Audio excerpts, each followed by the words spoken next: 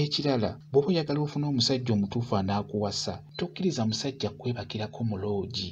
Omusajja buli waakwebakirako mu loogi ogenda kubeera wa loogi paka.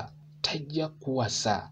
Kijja kuba kizibu nnyo okutwala mu maka ge. Kijja kuba kizibu nnyo okuwangala n'oyo omusajja. N'olwekyo tokkiriza musajja kwebakirako mu loogi. Ate n'ekirala nabagamba nti loogi zino oziraba. Buli wokkiriza okwebakirako mu loogi ovaayo n'ebisiraani ggwe omwana omuwala. Mwenna naawe omusajja muvaayo n'ebisiraani. Nga bwe nabagamba ebizibu ebiri mu loogi ezo si nnungi. N'olwekyo ggwe omwana omuwala tokkiriza musajja kwebakirako mu loogi. Ng'obadde oyagala omusajja oyo mwagalane, muwangaale nga mwagalana akuwase. Tokkiriza musajja kwebakirako mu loogi, tokkiriza musajja kwebakirako mu kifo kitali kituufu. Omusajja ono akwebakireko mu maka ge, waba mufumbo akufunire waba akuteeka.